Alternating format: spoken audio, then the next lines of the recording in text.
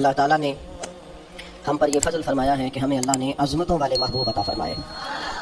نبی پاک صلی اللہ تعالیٰ علیہ وسلم کا علم بھی بڑا عظیم ہے، حضور کے معجزات بھی بڑے عظیم ہیں، کمالات بھی بڑے عظیم ہیں، فضائل شمائل خصائل۔ حضور کو اللہ تعالیٰ نے جس زاویے جس سمت سے عطا فرمایا ہے تو عظیم ہی بنایا ہے، لیکن قرآن مجید میں ارشاد فرمایا کہ وَإِنَّكَ لَعَلَىٰ خُلُقٍ عَظِيمٍ، محبوب بے شک آپ کے اخلاق بھی بڑے عظیم ہیں، آپ عظیم خلق پر ہیں، عظیم اخلاق کے مالک ہیں۔ ایک ہوتی ہے خلق، ایک ہوتا ہے خلق۔ خلق کہتے ہیں انسان کی ظاہری تخلیق کو، اس کی ظاہری خد و خال کو، صورت کو، اور خلق کہتے ہیں اس کے باطنی اوصاف کو، اس کی سوچ کو، اس کی نرم دلی کو، اس کے اچھے جذبات کو، اس کے خلوص کو، اس کی عاجزی کو، اس کی محبت کو، اس کے للہیت کو، اس کے باطن کے اندر جو لوگوں کے لیے اچھے جذبات ہوتے ہیں، اس کو خلق کہتے ہیں۔ اللہ تعالیٰ نے حضور کو جو خلق عطا فرمائے وہ بڑی عظیم عطا فرمائے۔ نبی پاک علیہ السلام کے اخلاق کے اندر جو کمالات تھے وہ ذرا انفرادی تھے۔ ہمارا آج جو سب سے بڑا مسئلہ ہے وہ نہ اقتصادی ہے نہ معاشرتی ہے، ہمارا سب سے بڑا مسئلہ اخلاقی مسئلہ ہے۔ قومیں، ملتیں، قبیلے جب اخلاق چھوڑ جاتے ہیں اور جب وفاداری چھوڑ جاتے ہیں اور جب عظمت کردار چھوڑ جاتے ہیں تو وہ خود بخود بیک ہونے لگتے ہیں، وہ پیچھے ہٹنے لگتے ہیں۔ بہت سارے لوگ بام عروج پر ہوتے ہیں، آگے نکلتے ہیں، لیکن اپنی اخلاقی کمزوریوں کی وجہ سے وہ پستیوں کی طرف سفر شروع کر دیتے ہیں۔ انسان کے لیے سب سے زیادہ ضروری یہ ہوتا ہے کہ وہ اخلاقی مضبوطی اپنی طبیعت میں پیدا کرے۔ بہت سارے دوست لوگوں سے پیار کرتے ہیں لیکن بعد میں جب وہ ان کا اخلاقی رویہ دیکھتے ہیں تو خود بخود پیچھے ہٹ جاتے ہیں۔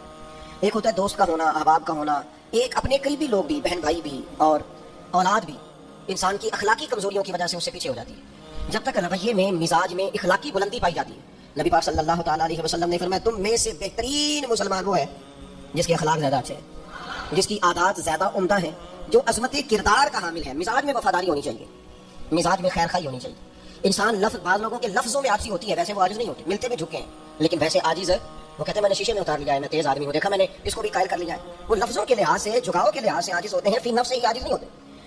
کچھ لوگ جملے کے لحاظ سے، اٹھنے بیٹھنے کے لحاظ سے، آؤ بھگت کے لحاظ سے خدمت گزار ہوتے ہیں، ویسے وہ خدمت گزار نہیں ہوتے۔